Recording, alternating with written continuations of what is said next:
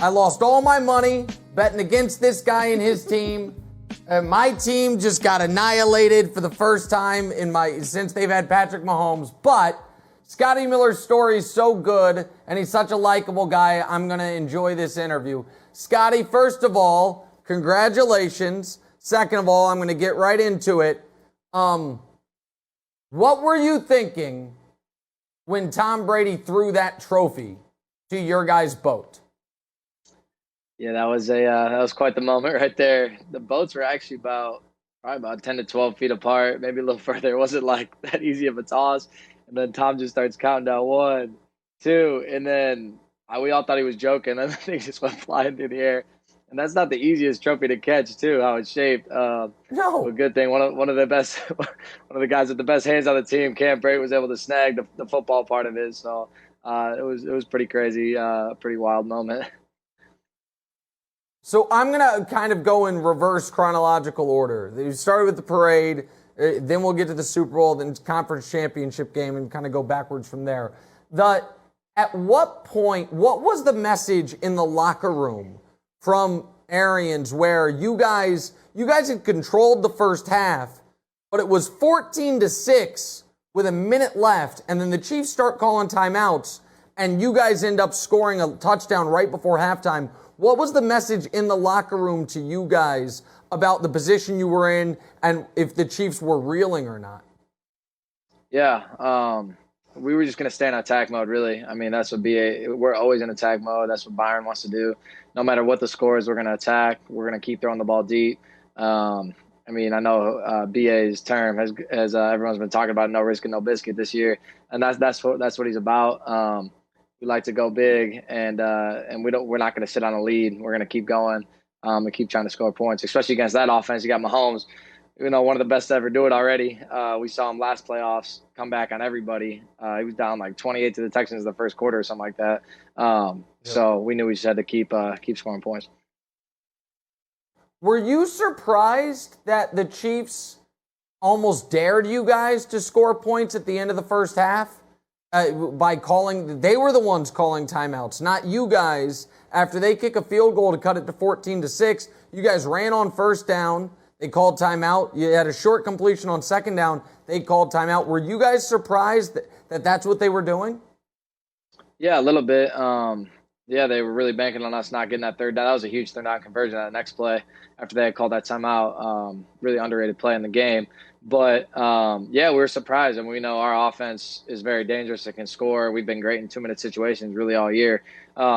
So we were just, saying thank you for, giving us some extra time to get on the field, and that ended up helping us out. But in their defense, I mean, they wanted to get some life. They, get a quick score before half, but it just didn't work out, and that's just football sometimes. All right, now let's go back to the NFC Championship game, because if the Chiefs should have known not to dare you guys to score before the half because of what happened in the NFC Championship game.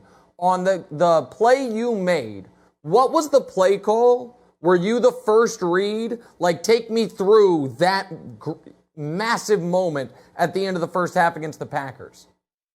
Yeah, we really just called bunch left, go, me and Mike were just running goes. I was in a tight split. Mike was out wide to the right. Chris had like a little post in the middle, and I was really thinking we were kind of thinking it was gonna turn into a Hail Mary, and just, I was telling Chris before the play, wide now, and let's just go run to the back corner of the end zone. But then we saw the defense, and they were in like single high, like a normal defense on any other play. And I think there was only like 6 seconds left, so my guy was in like a slow back pedal, and I was able to just run right by him. Tom saw what I saw and just put it up to me and just made it a really easy play for me. So here's the thing. So let's talk about your speed for a second, because white guys get called deceptively fast often. You're not deceptively fast. You're just actually fast. You were a track star in high school. Like, people maybe now know, but do you think there's an element of people think you can't run past them and you can take advantage of that? I do. I think there's a little bit to that for sure. My speed has been slept on my whole life, but whenever someone lines up against me, they find out pretty quick that I can roll. But I think at this point, if you don't know, I've been doing it all year. Really, that's mostly what I do is run go routes or run by people.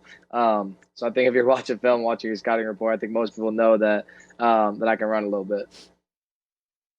You had a touchdown. I apologize for not knowing the game, but I feel like you had a touchdown right before the half in a very similar situation in the regular season, right? Was it against the Chargers? I don't remember who it was against. The Chargers, I caught a deep spot, but right?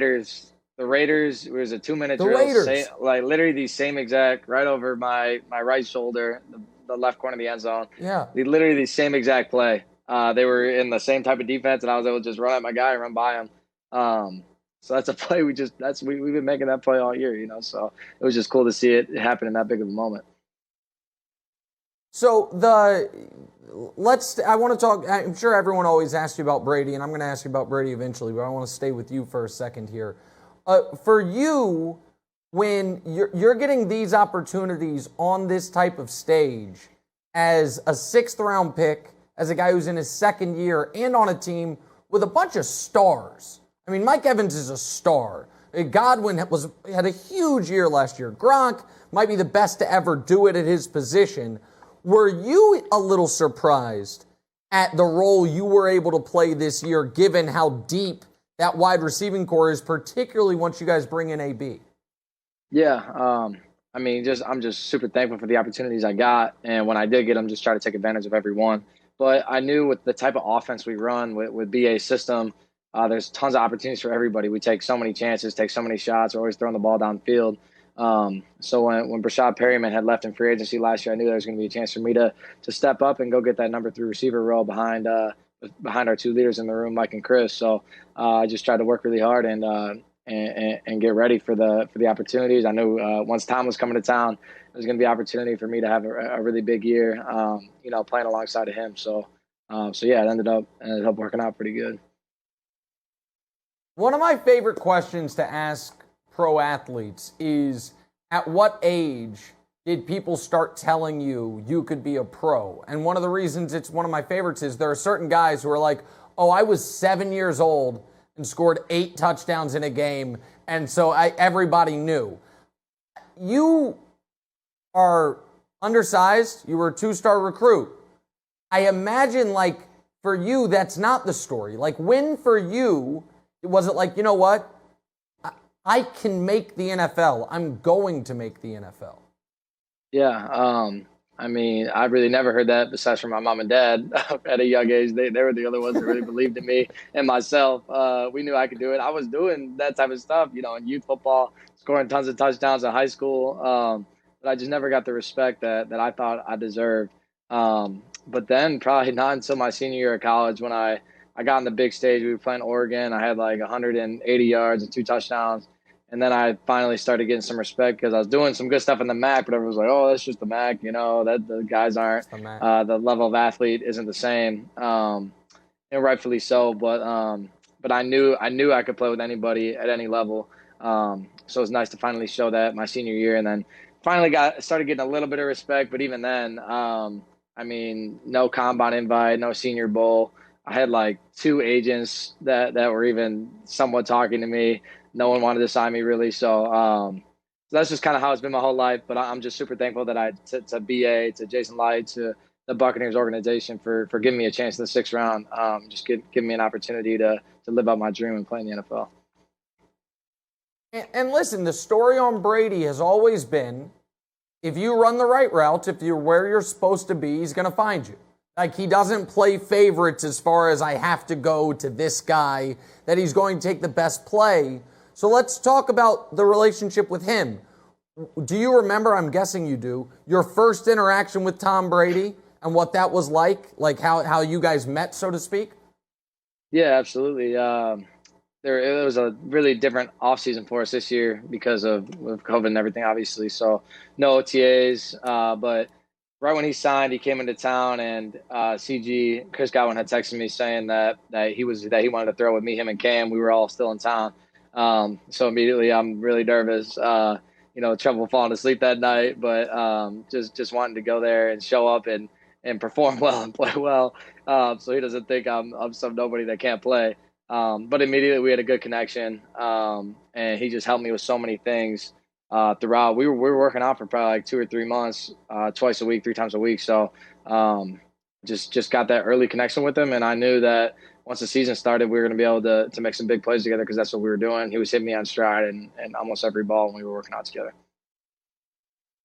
I talked to Shaq Barrett earlier this week and asked him the first time he saw the streak in Brady that Tyrann Mathieu experienced at the end of the first half.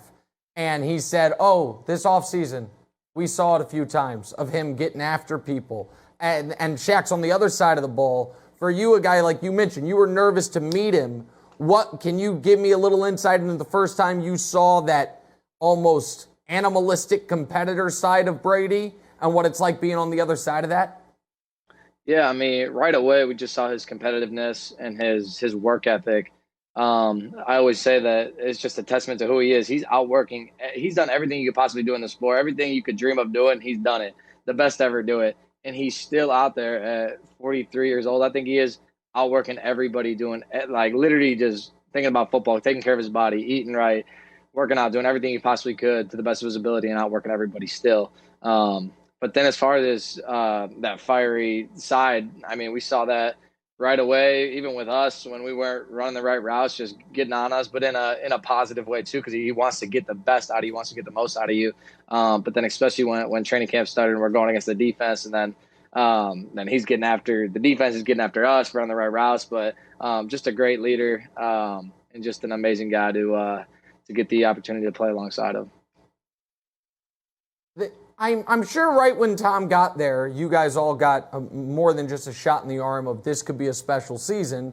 But, and I say this respectfully, the first 3 months, you guys were not a great team. You're a good team. You know what I mean? Up through the bye, you're a 7-5 team. Aside from the Packers, the majority of the quality teams that you guys had played had beaten you. And then since the bye, you guys haven't lost. What changed for your team over the bye, and why do you think you guys were able to go on this run? Yeah, first of all, our bye was just like really late in the season, so we never got a chance to kind of sit back and look at the coaches, like look at everything, Tom, look at everything, and see where we wanted to go from there. We had also added a new piece in AB a couple games before the bye, I believe. And then, like I said, there was no OTAs, so the coaches and Tom were still figuring out the best plays to run and stuff like that. And I think we're still growing. We still got so much improving left to do. We just kept getting better and better. And I think we haven't even come close to playing our best football. So hopefully we can get a lot of the guys back and just continue to grow this offseason. And then, chase after another one next year. All right, last one before I let you go. You've been very generous with your time. I've tried to hide my Chiefs fandom as much as I could during this interview because you're such a likable guy. You don't actually think you would beat Tyreek Hill in a 100-yard dash, do you? Come on, man. You know the answer to that. I wouldn't have said it if I didn't believe it. I would have said it if I didn't believe it.